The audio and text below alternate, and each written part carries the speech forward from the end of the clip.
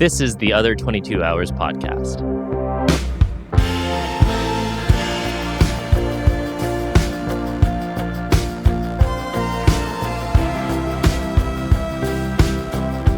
Hey, and welcome to this week's episode of the Other 22 Hours podcast. I'm your host, Aaron Shafer-Haiss. And I'm your other host, Michaela Anne, and we are on episode 104. This week, we are featuring our conversation with Laurie Berkner. Laurie Berkner is a singer, songwriter, businesswoman. Leader of the Kindie rock movement is also what I read. Okay. She's a Indie rock for kids. Oh, I like that. Yeah. Okay. So there you go. She focuses on making music for little people. You parents out there probably have heard her name, but for context for those of you, since the kids' music world is such a different world for some reason than making music for adults, but Laurie is essentially like the Raffi of today. And she has 15 best-selling records. She has performed at the White House, Carnegie Hall, Lincoln Center. She's authored books based on her songs, and she's written music and lyrics for 3 different off-Broadway shows. And she also runs her own label. She is a boss. She has a COO. That's how much of a boss she is. And we talk about that and what it is to manage the business side, as well as carving out intentional time to still write and be creative, because there is no business without that creativity. Yeah. We talk about staying the course and trusting that it'll all work out. There are ups and downs for everybody. And you can see that in other people, and it's hard to see that in yourself. But just trusting that it'll all work out and stay the course and keep going. We get to dive in about process and really about her intentional crafting of songs when she started shifting towards writing for kids and then also parents as her audience. And really interesting how she felt that the shift when she started writing intentionally for this outside purpose, how it inadvertently taught her more about herself than when she was so focused inwardly, writing from more of a diary perspective. As always, there are some topics in this conversation that come from suggestions from our Patreon subscribers. That is because they get advance notice of our guests over there. And also there are other features, not least of which is the pride and satisfaction of knowing that you are directly supporting the production of this show. So if that sounds interesting or intriguing to you, there is a link below in the show notes. And if you are a visual person, this and all of our past conversations are available on YouTube.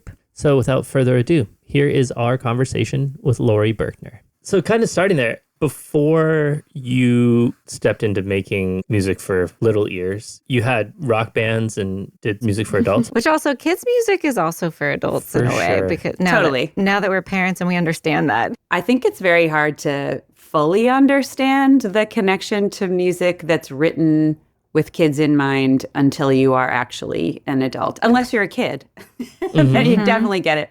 But yeah, that like sense of living vicariously through the small people in your life that you love more than anything in the world, right? And seeing them experience the translation of that into what that experience means and the memory that gets made, I think is very hard to describe or even to imagine before it happens to you.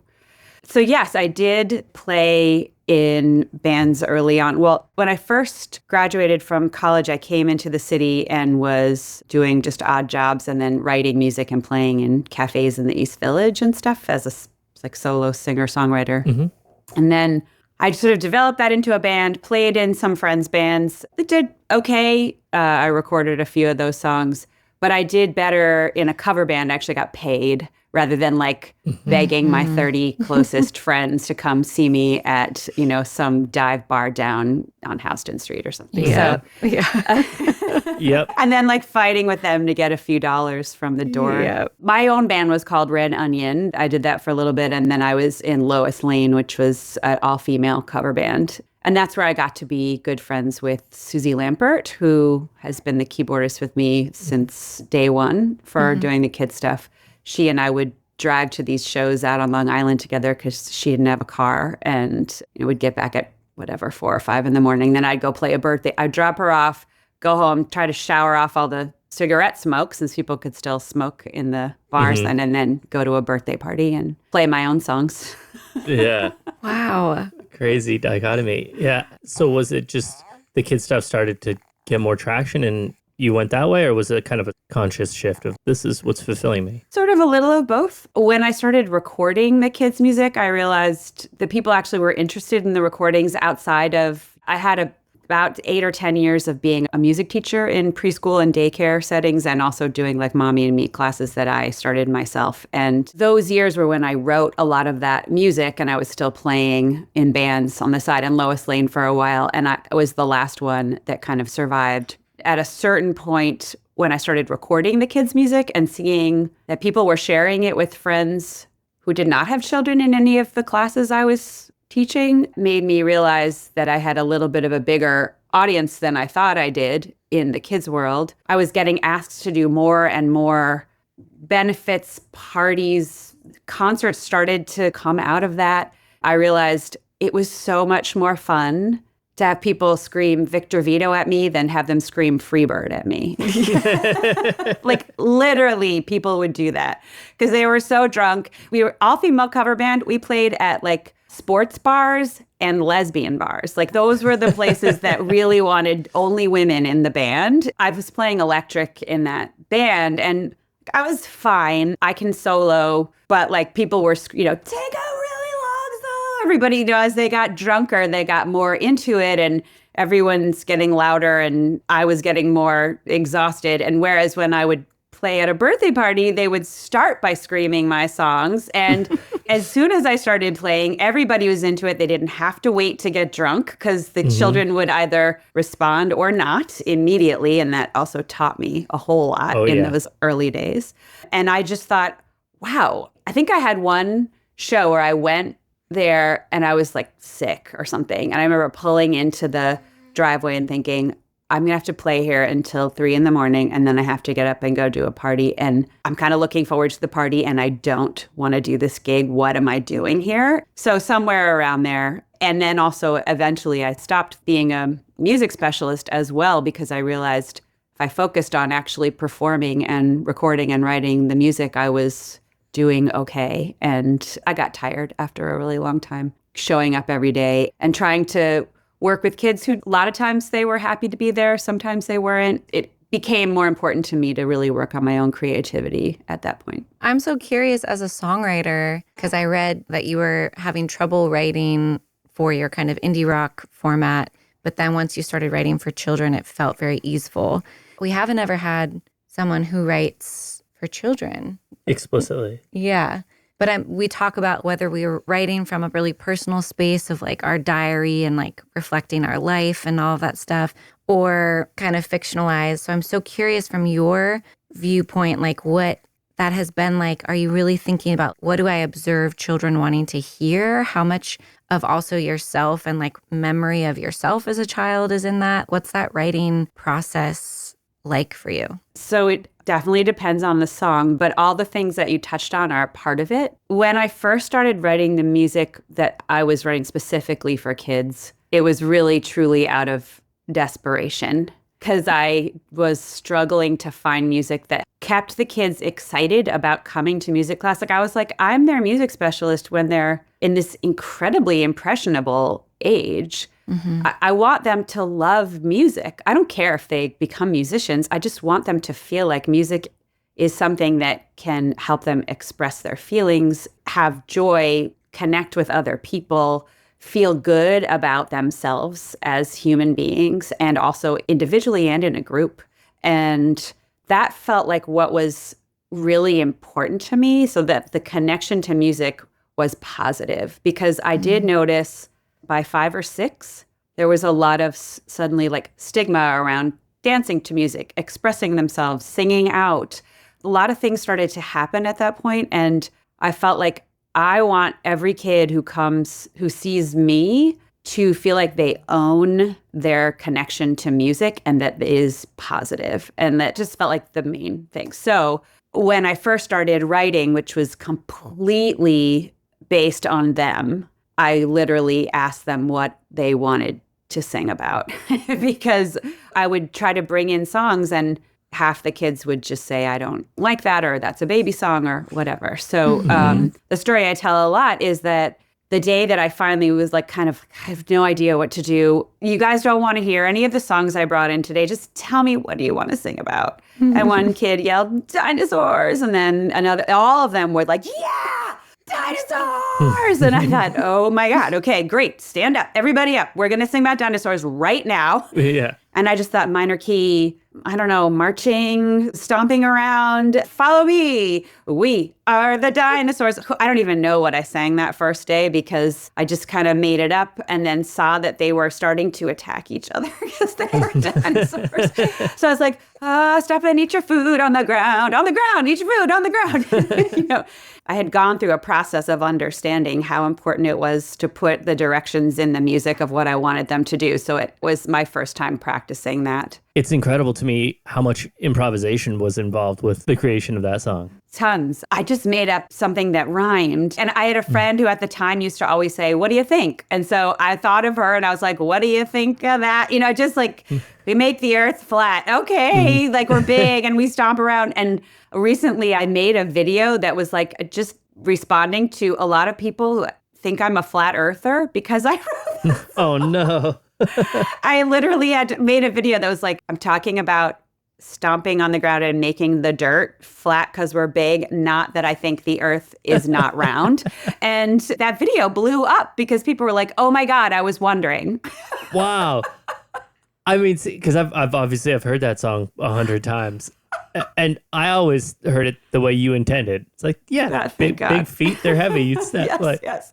And it was totally just a, like I said, survival. In that moment, I thought, I love improvising silly things. So that really has, I think, been part of why writing music for kids has worked out for me because it feels very natural to do that. And in the moment, I didn't feel like worried or embarrassed about it all. I was like, I'm just making up something and they might think it's funny or they won't. And it's just going to be what it is. And I didn't expect ever necessarily to sing that again. But when those same kids came back, they were like, sing that dinosaur song again. And then I had to try to remember what I had sung. And so over time, it became what it is today, which I'm sure it wasn't quite that when I started, but something similar. Wow. Is that a kind of standalone experience in the way that that song came to be? Or have there been other songs that are like experientially written like that? Not standalone, but although I don't remember specifically, like Victor Vito was like that. I came in and I thought, I'll just try this. And then I sang Victor Vito, which anyone who's listening, if you don't know the words, it has, they ate their rice, they ate their beans, they ate their rutabagas, and they ate their collard greens. And some of the super young kids were like, that's hard. But then some of the other kids just thought it was funny. So I kept playing it. And one kid got distracted, I think, because the words were harder for him. So I decided to just speed up the song. I added a verse while I was there. I was like, they always eat fast, they never eat slow. And then they always eat slow, they never eat fast, or whatever order it was in. I just made that up while I was there so that kid wouldn't run away from the circle. So stuff like that happened all the time. It's amazing you get immediate feedback by when you perform music for kids, so whether true. It's in a formal setting like a class or in your house when we're singing, you know immediately, for better or worse, We both went to the New School in Manhattan. And so right out of college, I got this gig for, I don't even know if they're still around, but an organization called Little Maestros. Oh yeah, they're part I of remember them. So it was, for people that don't know, it's basically like, they had multiple locations around the city, and there would be a band of, I think it was 4 people. There was like 2 front people, and then a keyboard player and a drummer, and there'd be like a different set list for each class, and we would play these songs, and there were a lot of like Simon and Garfunkel songs and songs that the adults would know too, and then also specifically songs written for the kids. But you knew really quickly if the song wasn't going over well. There were people that picked the songs to make sure they would come across, but like if you weren't delivering the song fully, because sometimes we were up there as like 7 a.m, and we lived, in Ditmas Park in Brooklyn. So I was getting on the train at like 5:45. Everybody's going to work and I'm listening to La Bamba or something like that, like trying to learn these songs for this class that I'm going to. And it's 7 a.m. and, maybe I had a gig the night before until who knows when, midnight, whatever. And if I wasn't like fully showing up and like delivering these songs and being in them, they knew. Immediate feedback is very humbling. Yeah. That was a lot of what helped me understand what worked, was literally watching the reaction to the kids. And then I just would change it if it wasn't working. But part of also what works is paying attention to the rhythm of I think of it like breathing, like allowing a lot of energy to come out and then helping them contain it again and come a little bit more internal and then out and then, oh, wait, I'm coming back to me. And some of that can just be through melody or speed or volume or even in the movements that they're mentioning in the song. But I think that a lot of that, we could talk for hours about what I think about what keeps a kid engaged from a song. But you're right. If you don't deliver what's already there, it's going to be 10 times harder to keep them, even if you have all of those elements already in the song that could help. Yeah. Actually, I really wanted to answer your question from before. I know I got off onto like how I started with the kids stuff, but as a songwriter for thinking about kids as my main audience, I also do think about the parents. It's a little bit of a side thing and happens naturally because I have to sing the songs. I have to perform them. I have to believe in them. I have to care about them. And I have to repeat them sometimes for 25 or 30 years. So far, right? And record them and like feel proud of them. I have a mission statement from my company, and part of it is creating things that we feel proud of. In order to do that, there is an element of what I'm doing where I'm thinking a lot about, would I actually want to listen to this song if I weren't thinking about a 4-year-old or a 2-year-old? So there's that aspect. But also, as far as what I think about, I do think about songs that I wish I had been able to hear when I was a child. I think about that a lot. I think about things that I still am learning as an adult and would love to create music that allows children to say the words, even if they don't fully. Yeah. It's not, I was going to say don't fully understand them. I think they do understand them, but just in whatever level of experience of life they're at, right? So like I wrote a song called I've Got So Much to Give, and I wrote that because of me reminding myself, like, whatever I'm doing, everything I create is a gift, both to myself and anyone I share it with, and they can choose to receive it or not. But I also think that as a child, it would have been nice to have those words come out of my mouth and have them feel familiar to me, that like that's part of how I think of myself because I've said it however many times I've sung that song. So I do use those ideas and lyrics to kind of self-soothe as much as I write them hoping that they will also be helpful and soothing for kids or inspiring or empowering or whatever. And that will obviously change over their lifetime if they're still listening, which I've been lucky enough to find out that a lot of kids still are as adults. I love that. It's so interesting to me because I was born in the late 80s, so I was a big Raffi fan. And I still can put on Raffi music and like I love it. It's not just because I associate it with my childhood. It's genuinely great music. And I think the songs that you were just talking about writing, I've always been a nanny and worked with children and seen the value in children. But I think becoming a parent, I've also really realized there's this weird divide of like adults who say like, oh, I don't like kids, or my kids don't listen to kids' music. Yeah. Right. Especially, I know. Yeah. Especially among musicians. Yeah. That are like, oh, my kids have like cool taste. They like Jackson Browne or whatever. And I'm like, okay.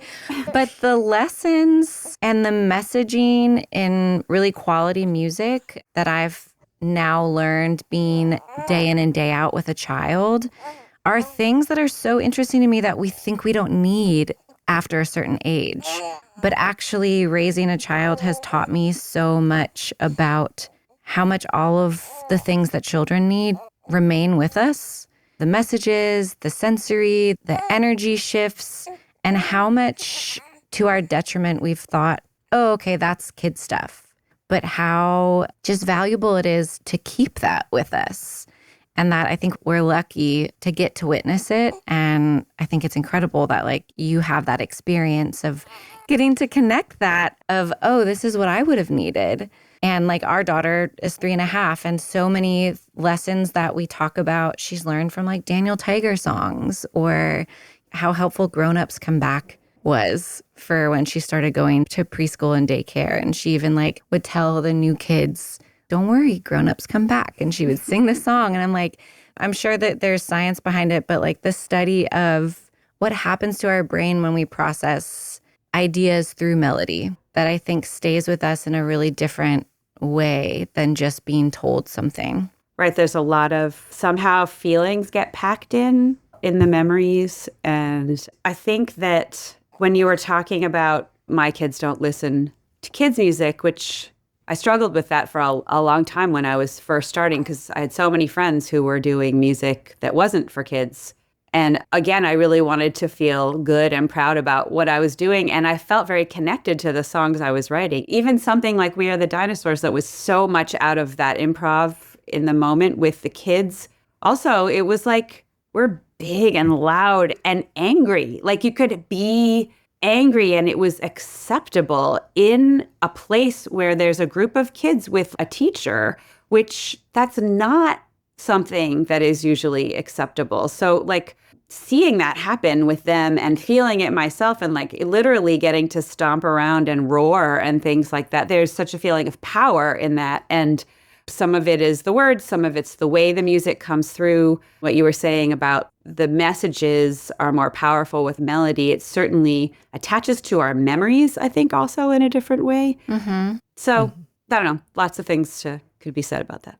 Yeah, a few things are running through my head. Like the first, going back to stigma is the word that comes in a musician thing of like, oh, it's kids' music. There's this like diminishment of it. I just don't understand that. Like I said, we went to jazz school. It's like the pinnacle of music snobbery in our experience. And it's like, you know, with We Are the Dinosaurs, it gives permission to like be loud and be angry and that's okay. And it's, to me, like that's punk rock too. Punk rock gives you the permission to be angry, start a mosh pit and flail around, like do it. That's welcome here. If you did that on the 4 train, you'd get arrested. Right, you know? right. But like it's permission here because it has the label like kids music. I've seen in some circles that it gets this asterisk next to it. Everything you said to me about, you know, having songs that make kids feel okay in themselves, feel okay in community, feel welcome, like to open up. That is the essence of any song, regardless of what the audience is. So what we haven't talked about, though, around that is what is the music? How are those ideas conveyed? I don't agree necessarily that kids' music is less than, but I understand where the stereotype comes from, right? So you think about a sing-songy melody that gets recycled and used over and over. So there's feels like a lack of originality in that way. I have to say, pop music, all the same 4 chords, but just saying. For sure. But also, how are these ideas being conveyed lyrically? I think a lot about that when I'm writing. And I do think that sometimes some aspects of what I think makes a song work for a child and not feel like it's dumbed down for an adult or oversimplified is really thinking about melodically, rhythmically, and lyrically, how does everything overlap and how do you find that universality of going back to what you were saying, Michaela, of what in your child that you realize you actually still need as an adult. I think there is an intersection of that. There's a little magic in that of trying to find it. It's not always super obvious, but to me, there are elements of like simplifying the words, but not dumbing the words. Still using words that if they're harder, it's something a child could master, but an adult might find amusing or poignant. And putting that together with one idea, not too many ideas in one song. That's what pop music also hits a lot of people because we're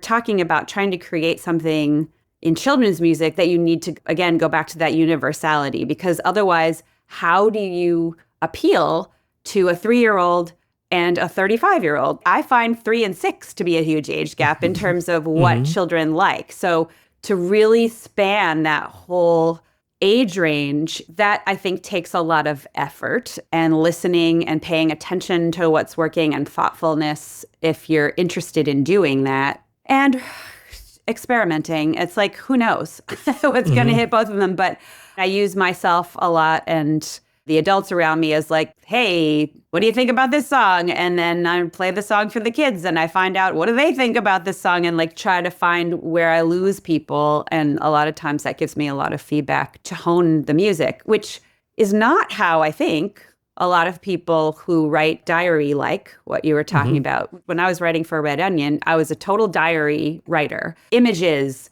memories, thoughts, random stuff. It made sense because it all seemed cool and I'd put it all in the song. And I still really like those songs, but I was trying to write for something in myself that I didn't even know what it was. It was like trying to discover something about myself. And weirdly, the more I focus in on thinking about how will this be received by children and possibly their families, the more I actually discover about what I really like as well. It's not necessarily intuitive in that way. I found the very first question you asked, which was like, this felt easier, I think was kind of because I took myself a little more out of the equation when I start. And then as I'm writing, I let myself back in and like, do I like this? Do I like this chord change? Do I like the way that the melody works here? These words, would they be interesting to me? Am I going to want to sing them hundreds of times? I then let myself back in as part of the editor, but I let the beginning part be like some idea I have that, I mean, that's also from ourselves, right? But I do think about like, oh, this might be interesting to a child. I will follow that. It starts with me or something I hear that I think is interesting. That's a lot. Like Old Song in My Tummy. That was literally a child just was like, Laurie, I have a song in my tummy and it wants to come out. And I was like, oh, great. Let's sing about it. I've got a song in my tummy and it wants to come out. Pig on her head. This kid wouldn't take the animal off his head when it was time for music. And I was like, Marco has a pig on his head. Marco has a pig on his head and he keeps it there all day. What does it say? It's just like, of course, that's me, but it's also like allowing myself to be inspired by things, mostly, a lot of kids around me as well. Yeah. But also what you said of when you were writing more kind of diary focused on yourself, it maybe felt motivated by trying to learn something about yourself. But in this weird way, you learned more about yourself when you focused elsewhere. What a lesson. Yeah, it's really true. It's really true. You had touched on a lot of trial and error there for a minute. And I love the kind of process question. So like, how many songs make it to completion, whether they're your shows or into a record, and how many just don't make the cut? I've created more structure around how I write than I used to have 25 years ago. It's hugely different, especially because I'm not in a classroom situation where we're around children all the time. But as far as if I could come up with, I need to write a song, most of them end up being done. Even when I'm struggling with something, a lot of times someone who works for me will just be like, you got this, just try working on it one more day. And then I'll be like, oh yeah. And then everything comes out. Yeah. But it's different recording it and what I perform in a concert.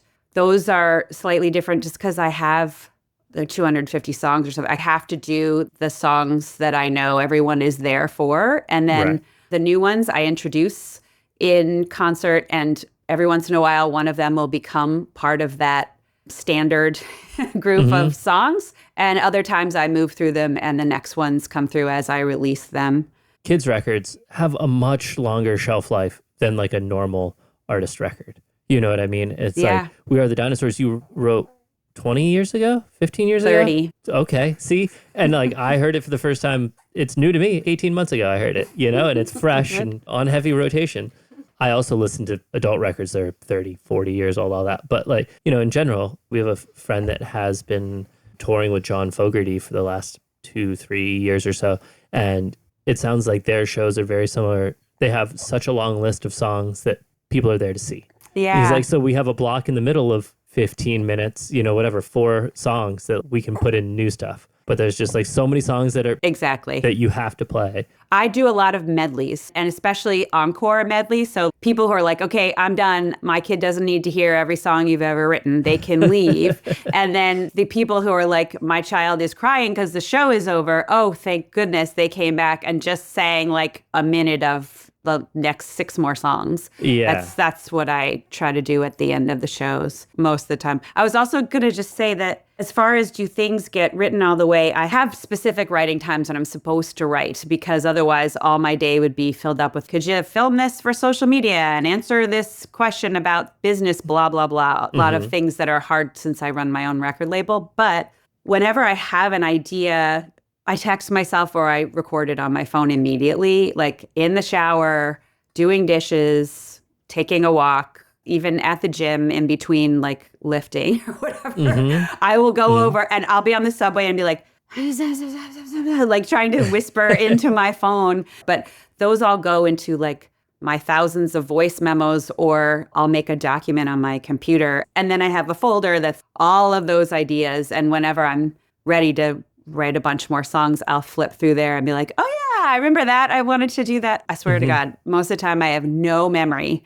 Actually, I said, yeah, I remember that. I don't remember ever writing it down, but there it is. And that, and I would say, like, for anybody who's like, oh, I can't come up with things, or I have writer's block, whatever, just every time you have any idea, just put it in the same place so you can go and look at it when you're not feeling like you have anything to write about. And if you're a person who pays attention, you will be overwhelmed by how much you have in that folder, probably. Yeah, when I remember to open my voice memos app, I'm like, oh, look at all of this. Exactly. You know, adjacent to that, about 2 years ago, I was listening to a different podcast, and I heard somebody say that your mind is for having ideas, not holding ideas.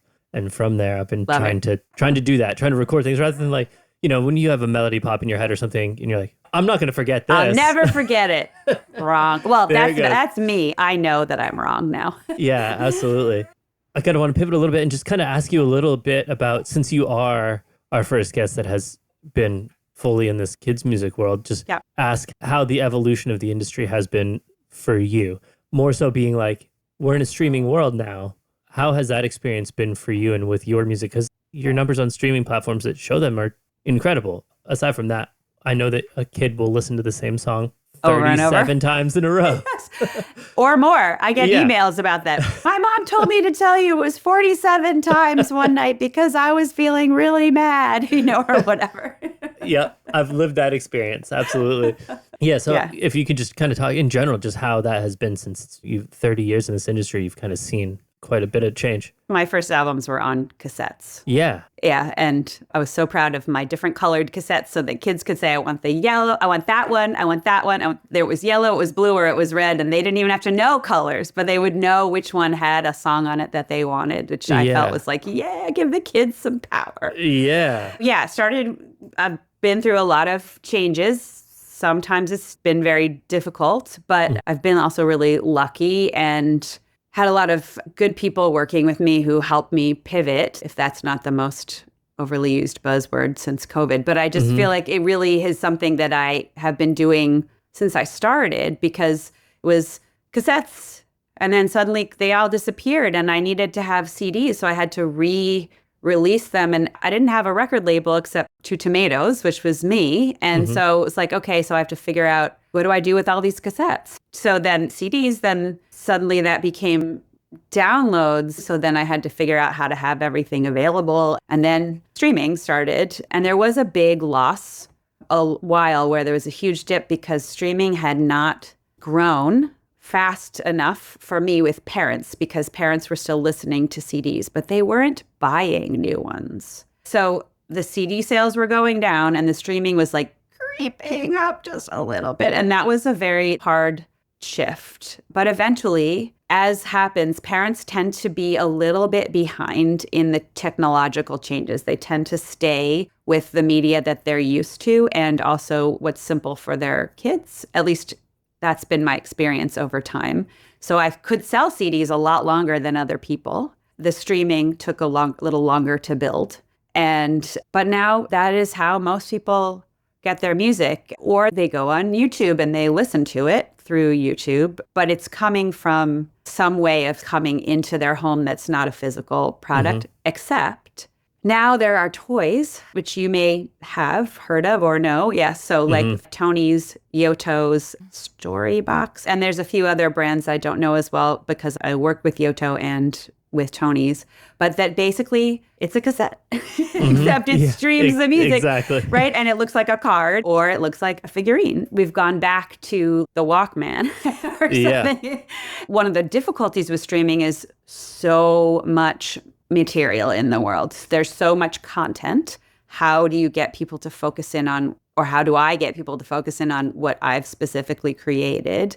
And so getting people to know who I was again, because kids grow up and then parents just like you were like, I didn't know that song existed till 18 months ago. And so finding that connection, a Tony or a Yoto boxes has been very helpful to me because parents are buying the toy, they tell each other about it. That's how I started. It was like, take this cassette and put it in your player and like your child will stop screaming. Like that's how I think my first album got shared. And so similarly now it's like, buy this figurine and you'll keep your kids engaged for an hour. So people are like, I don't know who this lady is. And suddenly I have someone new who's listening and might then go stream the music. It's so interesting, like the ever-changing mediums, because honestly, it's exhausting.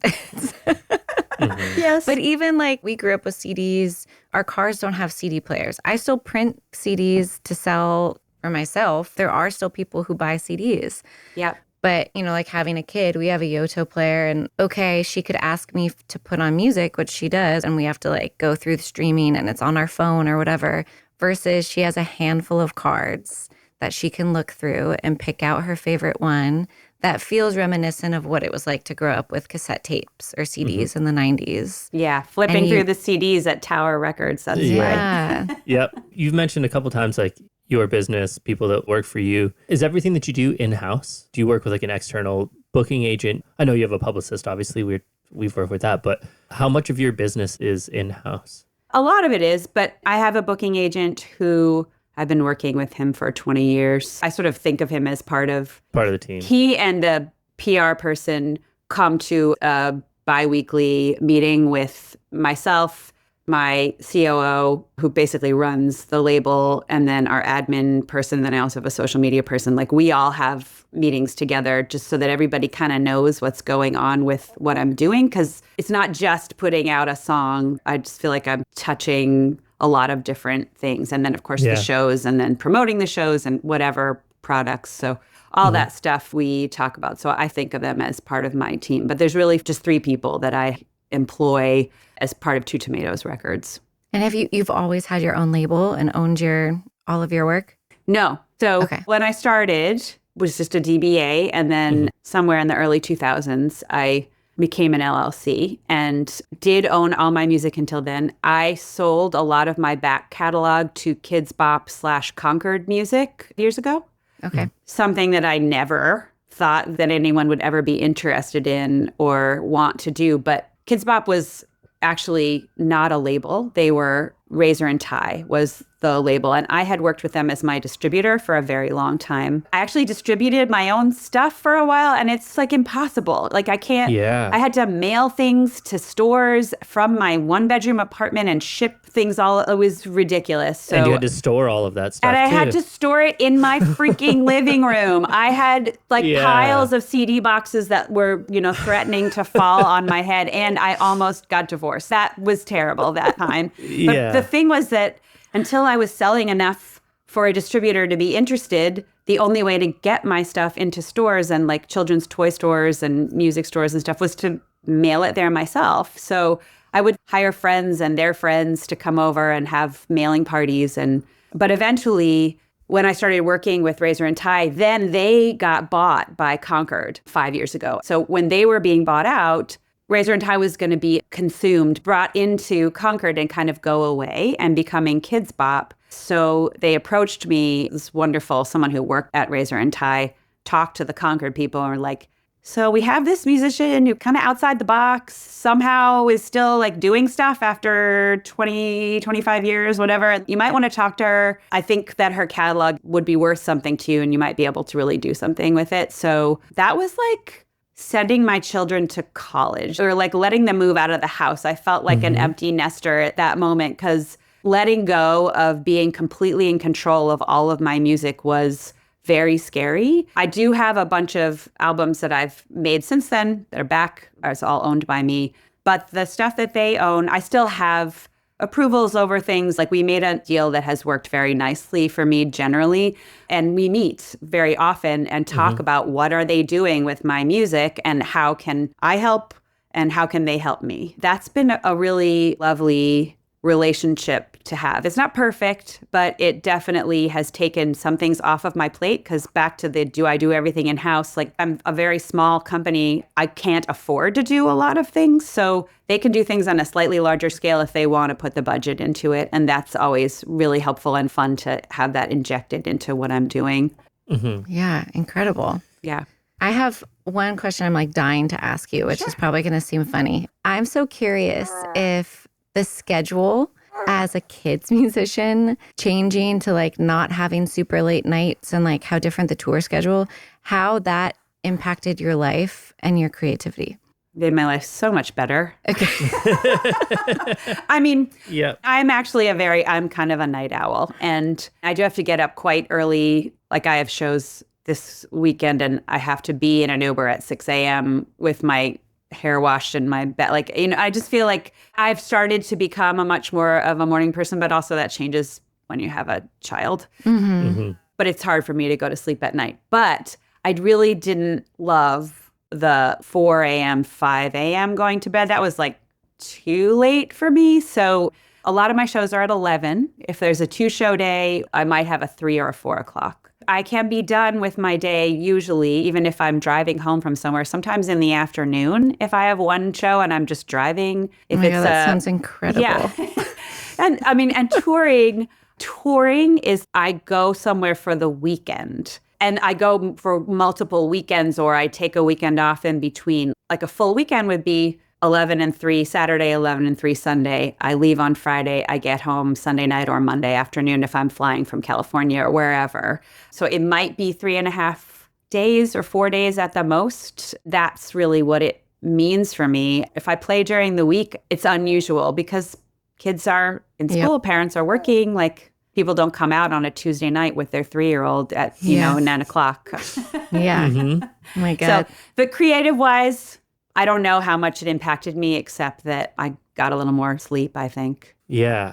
That sounds great to me. It Like really that kind of does. schedule. I'm like, yeah, I get it. Especially because we've toured with our babies. And for me, being a nursing mom on tour where you're playing night after night and like not getting back to the hotel until like midnight and then having to pump and waking, I'm like, maybe I need to start writing kids' music. Yeah. Right. I mean, I did also travel while I was nursing for a while, but it was daytime and we brought a babysitter and we'd do a feeding right after the show. Yep. Just Amazing. Well, we like to wrap up our conversations with kind of asking everybody the same question. It's a choose your own adventure. So it's either what would you tell your younger self that's just starting to make a career of your creativity? Or is there something that somebody else has told you along the way that it just like really just shifted your whole paradigm and has stuck with you? I think I will answer the first one, which is you're going to be okay. That's what I would tell myself because I was terrified that letting go of my paying jobs and just really believing that I could make a career out of performing, writing, and recording music for kids, it just felt very risky because I didn't really see anybody else doing that except Raffi or like Barney as someone in a dinosaur suit. And I was like, I'm a person. I want to stay a person. I want to be a musician. So I think just telling myself like it's going to work out, I would have been less stressed. Although maybe I wouldn't have worked so hard. That's true. Who knows?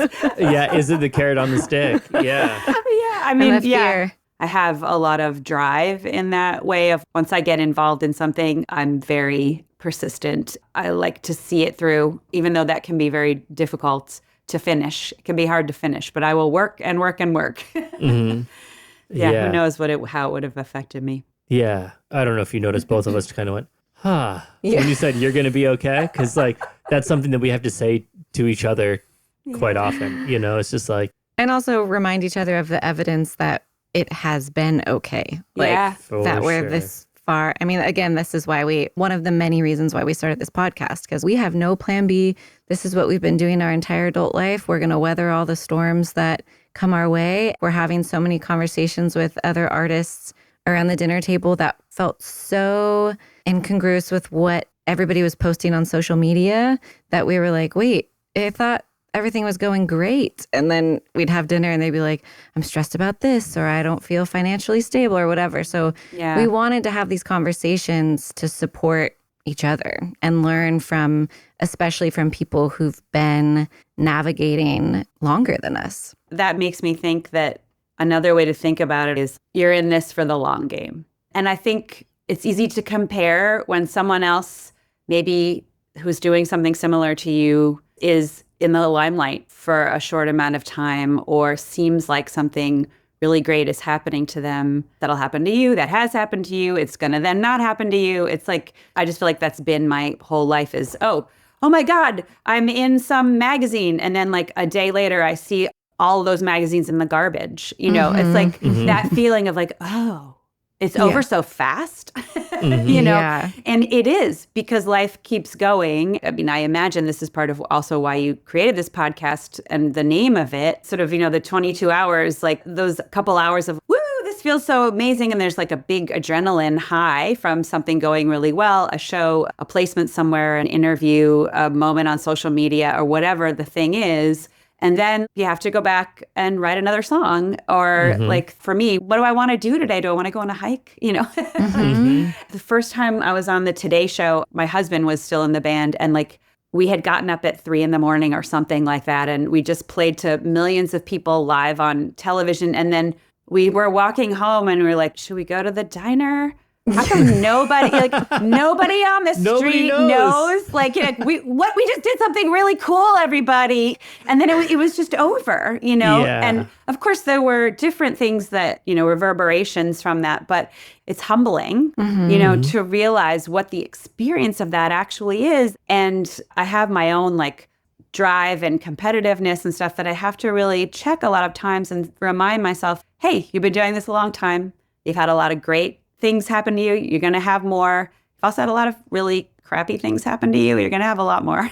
And, you know, and just keep doing what you do, because that's also what prepares you for whatever's coming at you. Speaking of that Today Show, like I could never have done that performance if I hadn't been playing and playing and playing, because basically they like stuck us out there and some guy went, okay, in 5, 4, and then we were just like live. And I was like, okay, you know, I mean, when I did it, I thought, oh, I know how to do this. I've played this song a billion times already. I think it was Buzz or something. And it, you know, even back whatever, how many years ago this was, I had already played it hundreds of times, you know. And your body was like used to adrenaline and how to still perform. And yeah. It's just like we're preparing for every next day, right? There's always like the turn downs today, and then there's like the happy things that will hopefully happen tomorrow. It's the come down of like always remembering, oh, this is the stasis. This is like the thing to enjoy, the in-between times. But I think it can be such a challenge because it feels so good to get that high and that rush. And that's why so many people get into trouble of constantly trying to chase that. Yeah, this is true. The conversation we have over and over and over again. Yeah, there's a book that a friend had kind of parallel to this, and I haven't read the whole thing. I only skimmed through it a little bit because he was in the act of reading it. We were out of town for a show, but it's called After Nirvana Comes the Laundry. He's big into Buddhism. It's all on mindfulness and all of this. And so it's like you work at this, and then you reach this point of nirvana, and then you have to do the laundry. And you still have to do the laundry. You got to do the dishes, you know? Yep, and it's about it's so true. Going back to the mundane after you do this thing that is just like completely life altering. And then there's still chores. And it's just the mundane life where 90% of our existence is in that middle ground that is neither extraordinarily good or extraordinarily bad. It just is where we exist. Yeah. Awesome. Laurie, thank you so much. Thanks. It was fun to talk to you guys. So nice to meet you. Good luck with everything. Thank you. Take care. Okay. Bye.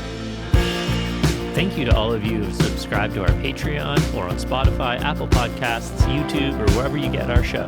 If you haven't subscribed yet, take a second to do that right now, and we'll see you back here next week.